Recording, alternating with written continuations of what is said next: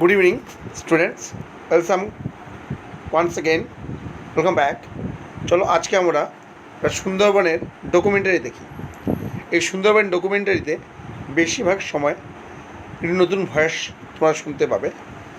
আমরা দেখব সুন্দরবনের জীববৈচিত্র্য, সুন্দরবনের ইতিহাস এবং সুন্দরবনের জীববৈচিত্র্যের হ্রাসের কারণ। নাও স্টার্ট।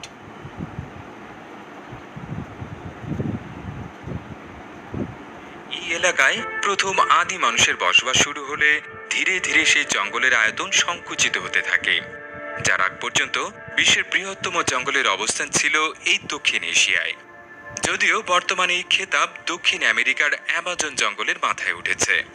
যাই হোক, সুপ্রাচীন সেই জঙ্গলের বিশাল একটা অংশের অবস্থান ছিল ভারত মহাসাগর এবং বঙ্গোপসাগর সংলগ্ন উপকূলীয় এলাকায়।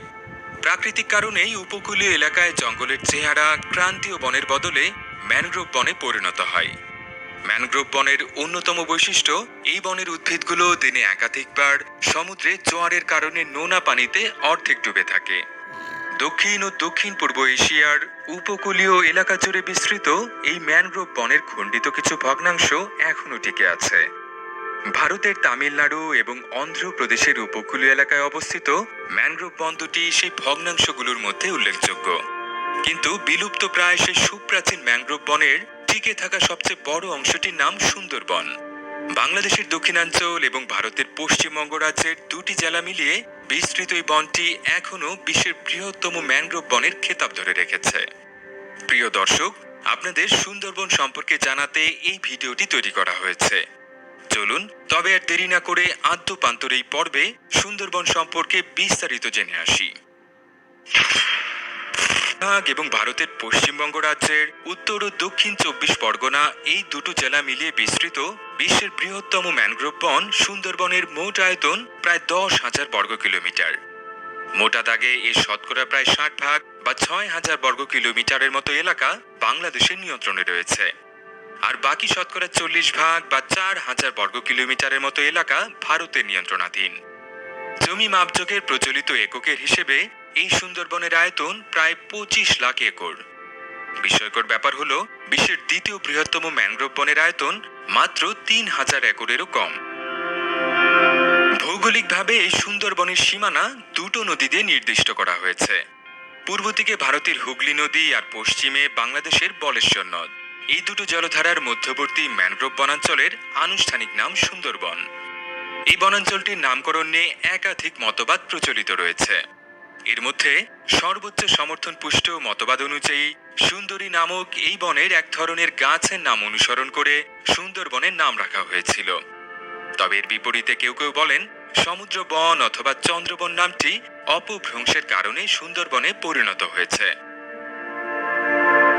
উত্তরের হিমালয় পর্বতমালা থেকে নেমে আসা গঙ্গা, ব্রহ্মপুত্র এবং মেঘনা এই তিনটি জলধারার মোহনা এই সুন্দরবন এলাকায় অবস্থিত। এই সুন্দরবন সংলগ্ন এলাকায় প্রায় 50,000 বছর আগে থেকে মানুষের বসতি থাকলেও ইতিহাসে প্রথম এর উল্লেখ পাওয়া যায় 3য় শতকের মাঝামাঝি সময়ে। প্রায় 1,800 বছর আগে এখানে চাঁদ সওদাগর নামক এক ব্যক্তি একটি জনপদ প্রতিষ্ঠা করেছিলেন। প্রত্নতাত্ত্বিকরা সুন্দরবনের বাঘমারা এলাকায় এই চাঁদ সওদাগরের হাতে গোড়াপত্তন হওয়া একটি প্রাচীন শহরের ধ্বংসাবশেষ আবিষ্কার করেছেন। এরপর 1,000 বছরের বেশি সময় ইতিহাসের পাতায় এই বনাঞ্চলের উল্লেখ করা হয়নি। অবশেষে 3ত্রয়োদশ শতকে সূচিত মুঘল শাসনামলে আবারও এই সুন্দরবনের কথা বলা হয়েছে। বিশেষ করে মুঘল রাজবংশের 3য় সম্রাট আকবরের শাসনামলে তার সেনাবাহিনীর আক্রমণ থেকে প্রাণ বাঁচাতে স্থানীয় অনেকেই গহীন সুন্দরবন এলাকায় আশ্রয় নিয়েছিলেন। পলাতক এই মানুষগুলোর তৈরি করা বাসস্থানগুলো 7দশ শতকে পর্তুগিজ জলদস্যুদের দখলে চলে যায়। এই আস্তানাগুলো থেকে তারা নিয়মিত মুঘল ভারতের বিভিন্ন জনপদে হামলা চালাতো। এখনো অনেক প্রান্তিক মানুষই এই সুন্দরবন ও তৎসংলগ্ন এলাকায় স্থায়ীভাবে বসবাস করে। এদের একটা বড় অংশের জীবিকা উপার্জনের একমাত্র উপায় মাছ শিকার। এর পাশাপাশি কিছু সম্প্রদায়ের মানুষ প্রতি বছর একটা নির্দিষ্ট সময় সুন্দরবন থেকে মৌমাছির মধু আহরণে ব্যস্ত থাকেন। এই পেশাটি বিশ্বের অন্যতম বিপজ্জনক পেশাগুলোর একটি, কারণ এই অভিযানে প্রতি পদক্ষেপে থাকে বাঘের খাদ্যে পরিণত হবার আশঙ্কা। মহাশক্তিশালী প্রাণীটির আক্রমণ থেকে বেঁচে গেলেও অধিকাংশ ক্ষেত্রেই তার চিহ্ন বাকি জীবন বয়ে বেড়াতে হয়। তবে এই বিপদ মোকাবেলায় অসাধারণ এক বুদ্ধি বের করেছেন মৌশিকারীরা।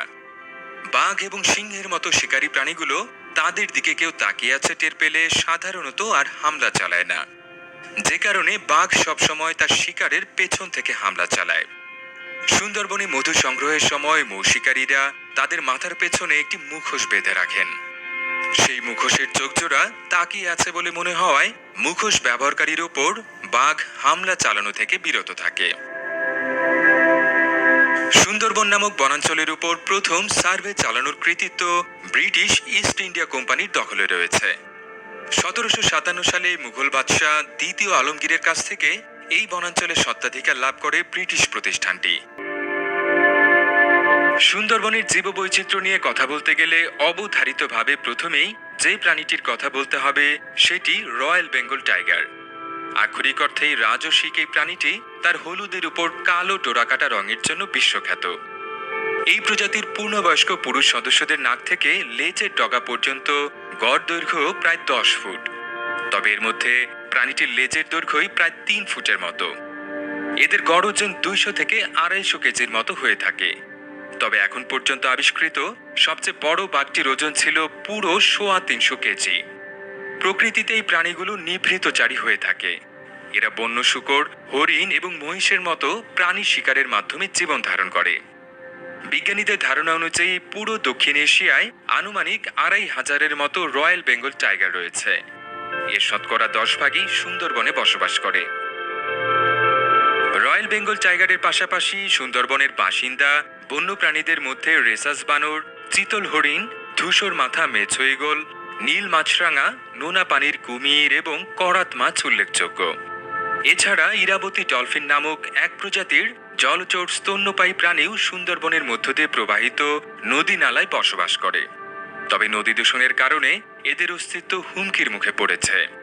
বাঘের মতো এই বনে বসবাসকারী অনিন্দ সুন্দর চিতল হরিণের অস্তিত্বও হুমকির মধ্যে রয়েছে। একসময় পুরো সুন্দরবনে কয়েক লাখ হরিণ ঘুরে বেড়ালেও বর্তমানে এই সংখ্যা কমে 30,000-এ নেমে এসেছে। আর এই বনাঞ্চল থেকে এরই মধ্যে বিলুপ্ত হয়ে যাওয়া প্রাণীর তালিকায় রয়েছে জাভান রাইনোসোরাস নামক এক প্রজাতির শিংবিহীন গন্ডার।